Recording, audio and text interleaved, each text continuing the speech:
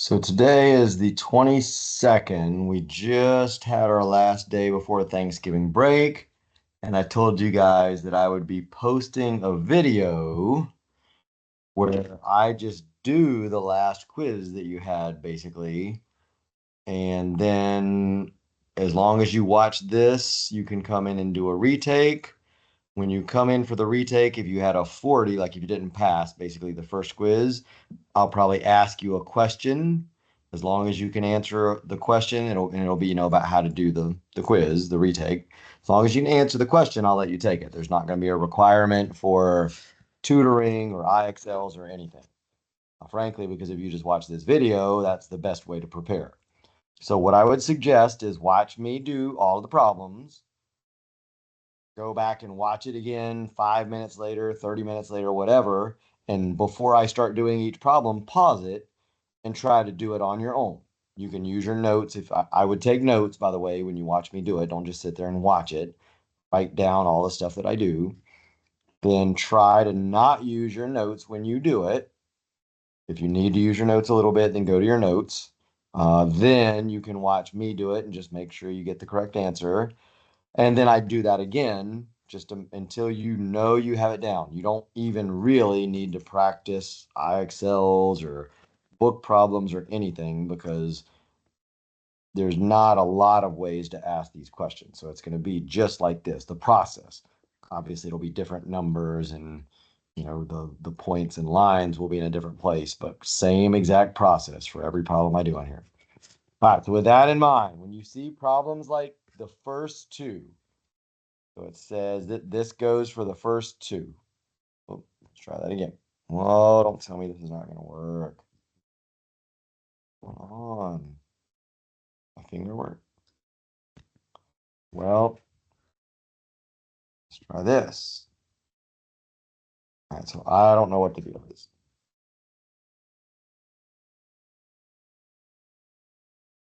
Apparently my touch screen is not working. All right, that's going to make things a lot more difficult. I guess I'll try to do it without that. All right, so again, this first problem,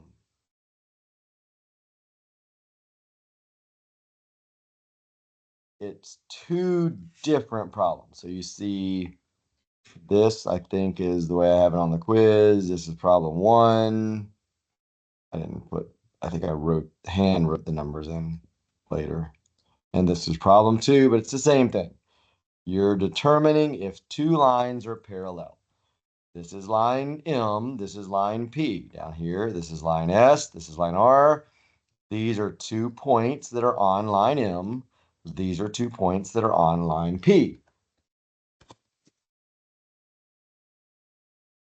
So the both of these are all about slope. You need to find the slope of line M, then find the slope of line P, and then you compare the slope to determine if they're parallel, perpendicular, or neither. So I'm going to really wish this would. Oh, well, there it worked.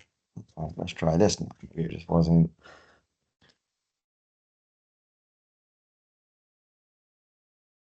I'm going to zoom way in. I don't really, the graph is not necessary. You don't need the graph. It says if you want to graph it just to kind of see how things look, you can. I'm not going to use the graph at all. So to find the slope, this was our process. X1, Y1. A lot of kids messed that up right there. Already they were in trouble. Some kids did X1, X2. Some kids did X1, Y2. That's how you label X1, Y1, because those little ones are just saying that's my first point. Now I do X2, Y2 because those twos are just saying that's my second point. So if that's my second point, they need to both have a 2 on them. If the other one's my first point, they need to both have a 1 on them. Doesn't really matter which order you do it in. You could have flipped that and made the one on the left X2, Y2, but that's just the way I chose to do it. Let's make this, hopefully this will be going. So now I'm going to write the formula. This is on your, that didn't work. I don't know why it does that sometimes. So Oh my goodness, what is going on? That didn't do anything. There we go. Doing some weird stuff. X2 subtract X1. So that's on your formula sheet. Don't need to memorize it. That's all you need right there. Now I just simply plug in the values from where I just labeled it, x1, y1, x2, y2, into my slope formula. So, oh, and this is the slope formula. If you didn't, I don't think I said it, but hopefully you remember that's the slope formula. Y2 subtract y1 is equal or divided by x2 subtract x1. So my y2 value, -5. Subtraction is part of the equation. And then my y1 value is just 3. Divided by x2 is 1. So I'm just getting that from here. X2 right there.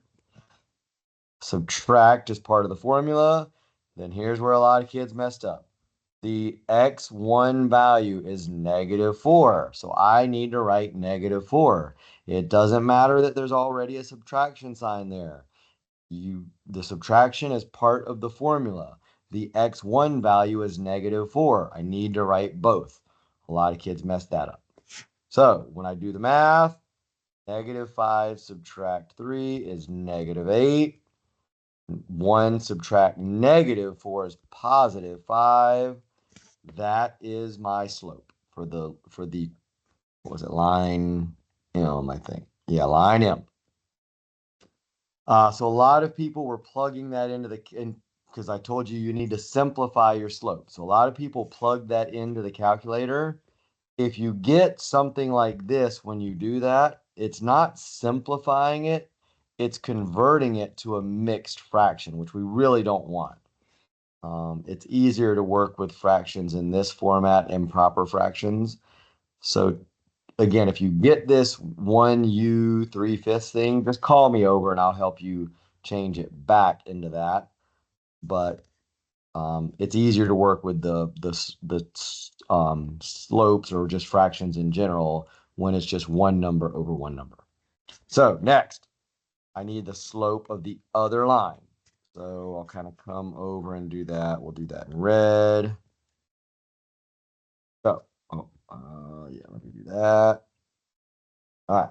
So again, same thing. X1, Y1, X2, Y2. And then now I write I guess I'm going to still write the formula pretty close to that. I like keeping the formula really close to the ordered pairs where I've labeled them. All right, so there's the formula. I guess I'll probably have enough room to do this to the right. I can always slide stuff over if I need to. So my Y2 is 4. Just again, getting it just from where I just labeled X2, Y2. Subtract, and then my Y1 is 9. Divided by my X2 is -1. Subtract, my X1 is 7. So I get -5 over -8. Now, again, a lot of kids got confused. I'll help you on this probably a little bit, but you should know a negative divided by a negative is a positive. So that -5 over -8 is actually just +5 over +8. So I'm going to change it to that. That again, I sure do. So I'm just going to change that to, oh God, I hate it when it doesn't do that.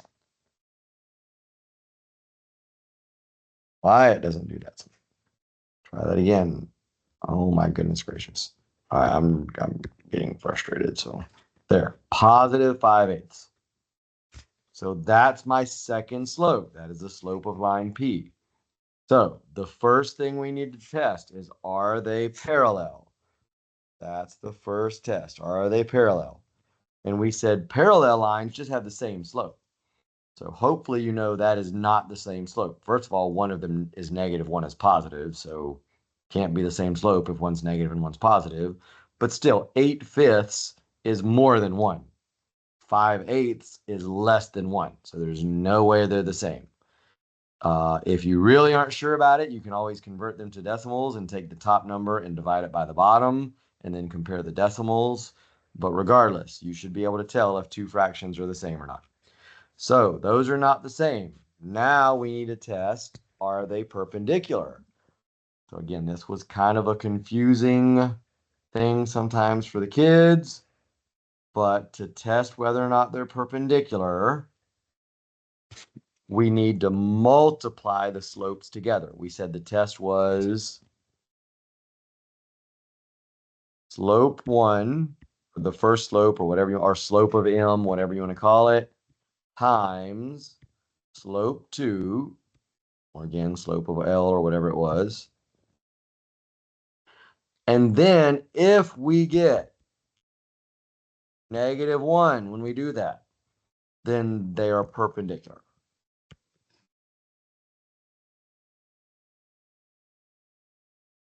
I'm just going to stop writing because I'm running off the screen. So if I multiply them together, I get -1. They're perpendicular. So that. So I'm going to take slope. The first slope I came up with was -8/5. Again, that's a negative number. I'm not really going to put the negative on the 8 or the 5. Doesn't really matter. Times +5/8. So again, I know a negative times a positive is a negative. So that's that. 8 times 5 is 40. 5 times 8 is also 40. So yes, that is -1. So I did get -1. So the answer is they are perpendicular. So just one real quick note kind of right in here where I had this negative, this was +5/8. The only way to get negative numbers when you multiply two things together, I have to have one positive and one negative. That's the only way I can ever get a negative. So if you have two positive numbers or two negative numbers, you're never gonna get -1. So that's a quick check. You don't even really have to worry about what the numbers are then if you don't have one negative and one positive slope. All right. So next one. So again, answer was perpendicular for number 1. For number 2, now I'm going to go a little faster on this one. So x1, try to flip this again. Now, I don't know why it keeps doing this. What in the world? There we go. X1, Y1, X2, Y2. So I'm going to write the formula down. I guess I'll write it up here. Y2 subtract Y1, X2 subtract. And I would write the formula every time. As soon as kids start taking shortcuts and not writing the formula, then they mess up. So anyway, now I plug in numbers. That would be what? Y2 is -5. Subtract Y1 is 3. Divided by x2 is 2. Subtract, and again, -14 is the number, is the x1. So I have to write -14 in there. So if I do the math, be careful. Don't try to do it in your head. Kids were doing it in their head and getting it wrong. That is -8 over +16. So here's a situation where we need to simplify.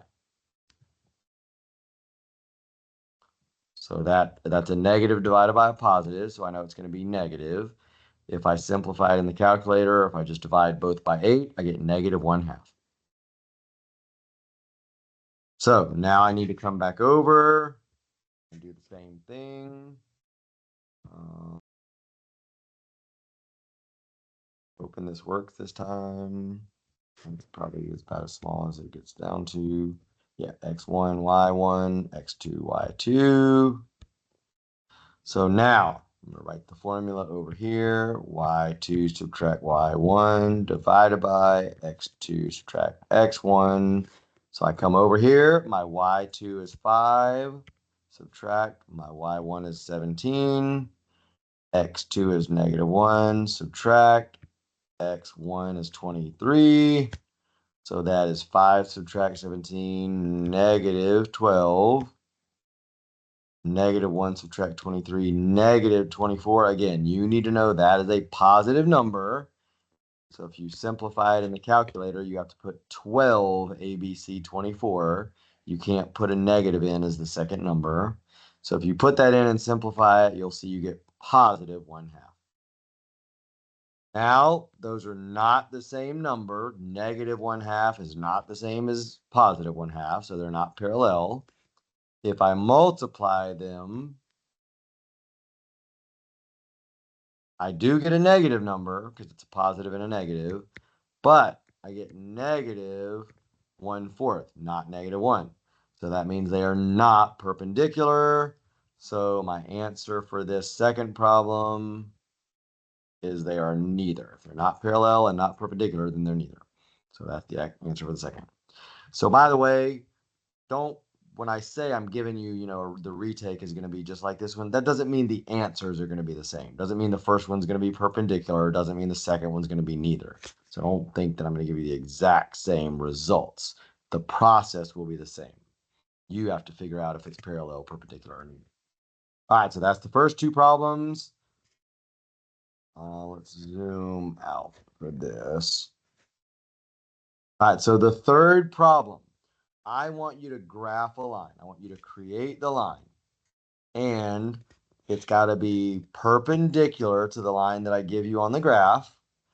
And it also has to go through whatever point I wind up giving you. If for some reason I said graph a parallel line, you would just be graphing something with the same slope as this line. So that's, again, the first step. We find the slope. I told you in all of these, you're going to have to find at least the first slope. For number 1 and 2, you also found a second slope. We're not going to find a second slope in 3. We're going to create a second slope, but we don't have any information to use to calculate a second slope. So you'll see what I'm talking about in a minute. So I need to find the slope of this line that is already on the graph. And I do it using the points that I just circled there. I'm going to go ahead and rewrite them like over here. So it's just like what I did before. -6, 3. And that is 4, -2. So I label it x1, y1, x2, y2. Same thing I did in the other one. So the faster you become at solving for slope, the less time the quiz will take you. So I'm going to write, I'm going to go ahead and extend the page a little bit. So y2 subtract y1 divided by x2 subtract x1. Now I just plug numbers in. So y2 is -2. Subtract, y1 is 3. X2 is 4. Subtract. And then again, -6 is my x1 value. So I have to write that. And if I do the math, I get, I'm going to write it down here. -5 over +10.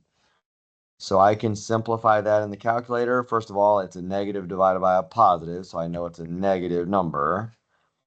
And if I simplify it on the calculator, if I just know how to do it, it's -1/2. So that is the slope of that black line that is already on the graph. That's what I just calculated. Now, I need to create a perpendicular line, and it needs to go through that point. So I'm going to go ahead and put 0.14 on the graph. 1, 2, 3, 4. So that's where that goes. So it's a good idea to kind of imagine, well, what would a perpendicular line look like? I've been telling kids when they come in for tutoring, just lay your pencil down at what you think would be kind of a 90-degree angle. So like something like, something like that probably is 90 degrees. So I kind of see how the line's going to go, kind of to the left and down, or down and to the left, whichever way you want to think about it. That'll help you with the last step. So now I need, if I'm going to make a perpendicular line, I need to know what slope would I use to do that. And I need a slope that is perpendicular to the slope of the original line, the black line.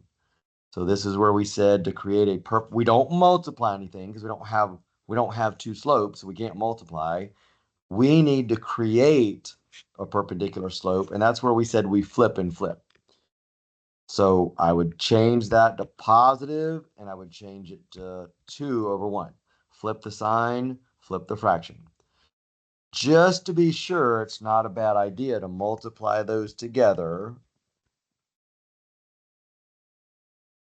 And if you do that, we do get -1, so we know we did it correctly. That means they're perpendicular. So last step, this is my slope that I'm going to use to create my line. That's why I did that, to create the line that they told me to make that's perpendicular.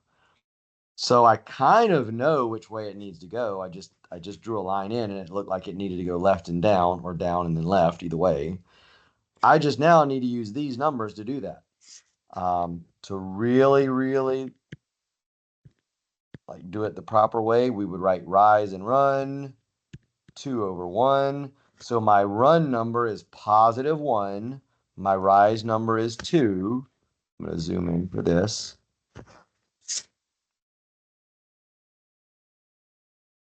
Oops, Q4. So again, run is 1. +1 goes that way. +2 goes that way. So that would be where my second point would go. Now, ideally, we would prefer to work back toward the line. In this particular problem, it's really fine not to do that and to just draw a line through that. But when we get to the one where we do the distance between the point and the line, you have to go back toward the line. So the way we would do that is instead of going right 1 and up 2, we would flip that. So we'd go left 1 instead of right 1, and we'd go down 2 instead of up 2. And then we do that again. Left 1, down 2. So now I have a point, actually 2 points, that I can use, and you can draw a straight line through those, and that'll make you kind of a straighter line. But again, I'm mainly grading where you put the points. So these points that you created is really what I'm grading for this one. So that's how you graph a line that's perpendicular. All right, so that's one grade right there on its own. Here's the next grade. It's only 2 problems for this one. So I want to create an equation of a line, and I want it to be in slope-intercept form. So slope-intercept form is the same as what you're looking at right there, basically y equals mx plus b. So my final equation is going to be in that format. Well, just like the equation you see above, my final equation is going to have y and x in it. That's what slope-intercept form is. So I really just have to figure out what is the m and what is the b. Well, m is slope, we said. And if I want to create a perpendicular slope, I do the same thing I just did in the last problem. Only I don't have to calculate out the slope because they've already given it to me. It's right there. That's the slope of the line that they're giving me. It's not on a graph, but that's the slope. So if that's the slope of the line that they're giving me, and I want to create a perpendicular line, a perpendicular equation, I just do the same thing I did in the last problem. I take the 1/2, it's positive, so I need to flip the sign, and I need to flip the numbers. And again, just to test it out, I can say, okay, well, let me make sure +1/2 times -2 over 1. You do that, you get -1. So yes, they are perpendicular. I just tested it and it worked. So that's my perpendicular slope. So I can say that my equation is going to already be this. You can write it as -2 over 1. That's fine. Really, it would be just 2. -2 over 1 is the same thing as 2. And then the b value. The b is the y-intercept. A lot of kids graphed it out, and on the one that I did on this one, it happened to work out where you could kind of just see from the graph what your y-intercept would be. The y-intercept is wherever we cross this. So like wherever they graphed it, it wound up going right through a point, and they could say, oh yeah, well that's the y-intercept right there where it crossed, and it crossed right at some integer that they just were able to use, and I gave them credit for that. That doesn't always work. So I want you to know how to go through and solve for the y-intercept. The y-intercept, let me be clear, is not -4.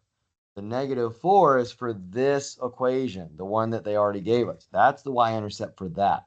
We don't know what the y-intercept is going to be for the perpendicular line. That's what we have to solve for. So the way we do that is by using the information they gave us. They told us, I'm going to zoom in a little bit. They told us that not only does the line have to be perpendicular, it also has to go through that point. So that X and Y value is going to be on our line. So we said, okay, well, if that X and Y value is going to be on our line, that means that X and Y would work in our equation. So we can plug those into our equation. So we have -2. Again, I'm just going to, I guess I'll still write it as -2/1 times. So the X value is 3. That's the first value of the circled ordered pair. The Y value is the 5. So I can put that there. So 5 equals, and all I've done is just plug stuff in. I replaced Y with 5. I replaced X with the 3. And again, that came from this ordered pair up here. And then I don't know the y-intercept. So I write plus b. Now, if you look, I've only got one variable in that equation. So if I only have one variable, I can solve for that variable. So I get 5 equals, now I multiply it out, and that's -6/1 plus b. So if I want to get rid of, so I'll go ahead and write it this way. Now I'll get rid of the over 1 part. So if I want to get b all by itself, the y-intercept, which is what I want, that's what I'm solving for, I just add 6, and then that means the y-intercept is 11. So that's the last part of my formula I needed. So now I just rewrite it. Y equals the perpendicular slope we said was -2. Again, same thing as -2/1. Then I have an x, and then I say plus 11. And if you graphed it, it went off the graph, but some kids were like able to tell that it would have gone right through 11 right up here. So I gave them credit for that. But I want you to be able to solve it out. All right, last one. A lot of kids found the distance here between these 2 points. They made this one their x1, y1, this one their x2, y2, and then they plugged that into the distance formula. That's not what the question is asking. The question is, and I've reworded it, I think, to make more sense. It's between the point A, instead of just saying the point on the graph, it's between point A and the line. So, and then point A is now clearly labeled on the graph. And the other one, it just said between the point on the graph and the line. All right, so here's how you do it. Again, everything starts with slope. I need to know the slope. So I'm going to take the 2 points that they give me that are on the line, not the A that comes in at the end. I'm going to take the 2 points on the line. I'm going to rewrite them over here. -2, 1 and 2, 2. I'm going to label it x1, y1, x2, y2. I'm going to write, we'll just write the formula here. And now I plug stuff in. 2 subtract 1 divided by 2 subtract -2. Make sure you write the -2. And that gives me 1/4. So the slope of that is 1/4, which makes sense. It's a pretty flat slope, so way less than 1. It's going up from left to right. So I would be, if I were Ant-Man on the far left, I'd be walking uphill, so it would be positive. So that makes sense. Now, here's the next part. We measure distance at a perpendicular angle to whatever we're going to, from a point to a line, from a line to a line, however we do it. We have to measure distance perpendicular. So I need to create a line from here that goes perpendicular. Oh, now my world. Now my screen's not working. What in the world is going on?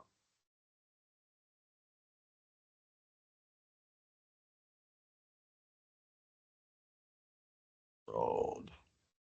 Oh, now we're there we go. I don't know what was going on there.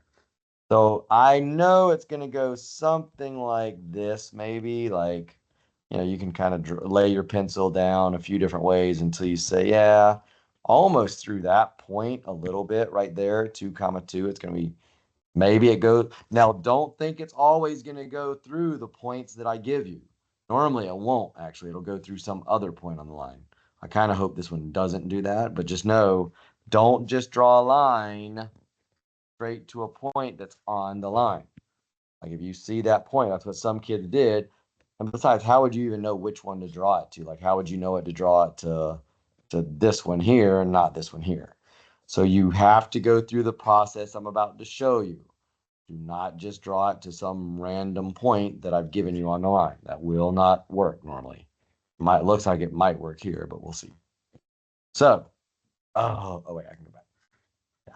So if this is the slope of the line on the graph, I need a perpendicular slope. Well, that means I flip the sign and I flip the fraction. So that's my perpendicular slope. Again, I can multiply them to make sure. -4/1. And sure enough, that would be -1. So I know I have the right perpendicular slope with -4/1. Well, that's my rise and my run.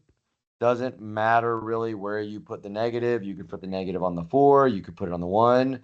Just whatever you do, don't put a negative on the 4 and a negative on the 1, because that would actually change it to a positive number. A negative divided by a negative is a positive. So I'm going to move the 4, or consider the negative to be with the 4. And so the 1 would be positive. The 4 would be the negative. So with that in mind, I use this point A. My run would be 1 to the right. That's +1. My rise would be -4, which would be down 4. And that's where my next point would be. Problem with that is I'm not going back toward the line. That doesn't do me a lot of good. I need to be going back toward the line because I need to figure out where on the line am I going to hit, because that's the point I'm going to use for the distance formula. So I reverse both directions. And I don't know where this is going to land. So I reverse and I go left instead of right. 1, then 1, 2, 3, 4. Then I got to keep doing it until I hit the line. 1, 1, 2, 3, 4. And it does actually hit the point that I already gave you. Again, that will not always happen. It will normally land on one of these points, like where there's, integers, where basically we're going right into the corners of all the squares, but it's not typically going to hit a point that is given to you already. This one just happens to do that. It will not do that on the retake. I can pretty much guarantee you that. So now that I know I hit on this point 2, 2, I know point A is, what is point A? 4, 1, 2, 3, 4, 5, 6. So point A is 4, -6. I have 2 points that I can use to plug into the distance formula, which again, you get the distance formula. So I'm going to kind of get rid of a bunch of this stuff. Go back if you need to and watch it, rewind it. So the distance formula is the last step. We need to solve and find out what is the distance from point A to this point 2, 2. And that's going to be the distance between the point and the line. And again, we've created a perpendicular line. That's why this is the distance between the two. The distance is measured perpendicular. So, formula for distance is the square root of x2, and this is on your reference sheet. You don't have to memorize it. Y2 subtract y1. I'll actually show you 2 ways to do this. So you got to be careful again when you plug stuff in. I'm going to erase some of this stuff. I don't need the line right now. Erase that. I'll leave the 4 and the 6 though. So, oops, hopefully this works. All right. So this is x1, y1, x2, y2. Again, doesn't matter which point is the x1, y1, which one is x2, y2. So I plug stuff in. X2 is 4. Subtract. X1 is 2. And then I square that. Plus y2 is -6. And then subtract y1 is 2. And I square that. So here I get 2 squared plus, and here's where a lot of kids mess up on using the calculator. You have to know a negative number squared is a positive number. The calculator will give you a negative number because it's actually squaring +8 and then bringing the negative sign in afterwards, unless you use parentheses. So just know you cannot square a number and get a negative. -8 squared is +64. 2 squared is +4. So I get 68. And then you have to also know to use this square root symbol at the end. Don't forget that.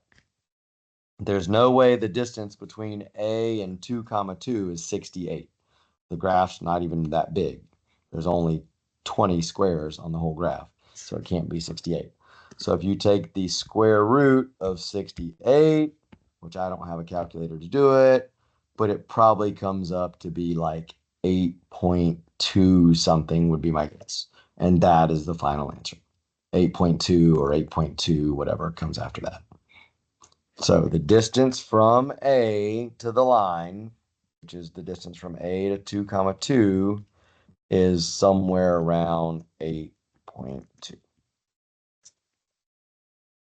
So the last thing I'll show you now that we know where the point is, you don't have to use the distance formula. We said you could, if you understand this concept, draw in a right triangle. So if I draw in a right triangle here, I know it's a right triangle because the grid lines are perpendicular. For every right triangle, we said a squared plus b squared equals c squared. That's Pythagorean theorem. Learned that many times. Algebra, pre-algebra. We did it in geometry a couple times. So if I know that's the case, a and b are the two short sides. So that's 2. I just count the squares. This is 1, 2, 3. I'll hop 1, 2, 3, 4, 5, 6, 7, 8. So I can just say, okay, well, the short side is 2 squared. The other short side is 8 squared. And then that's going to equal c squared. If you'll notice, we have the exact same numbers we wound up with when we did the distance formula.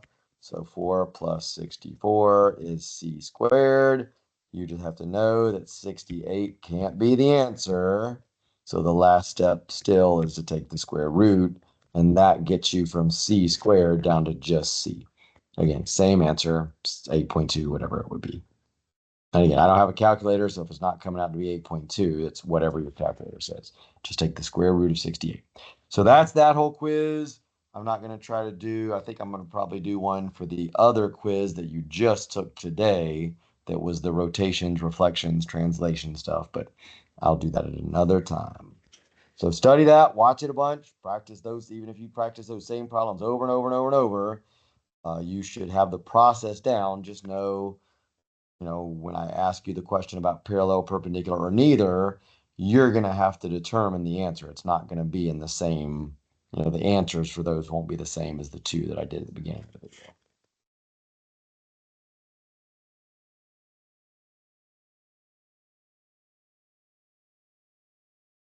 In the screen, let me do this.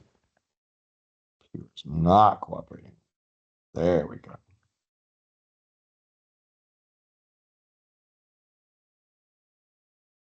Happy Thanksgiving if you watch this before Thanksgiving.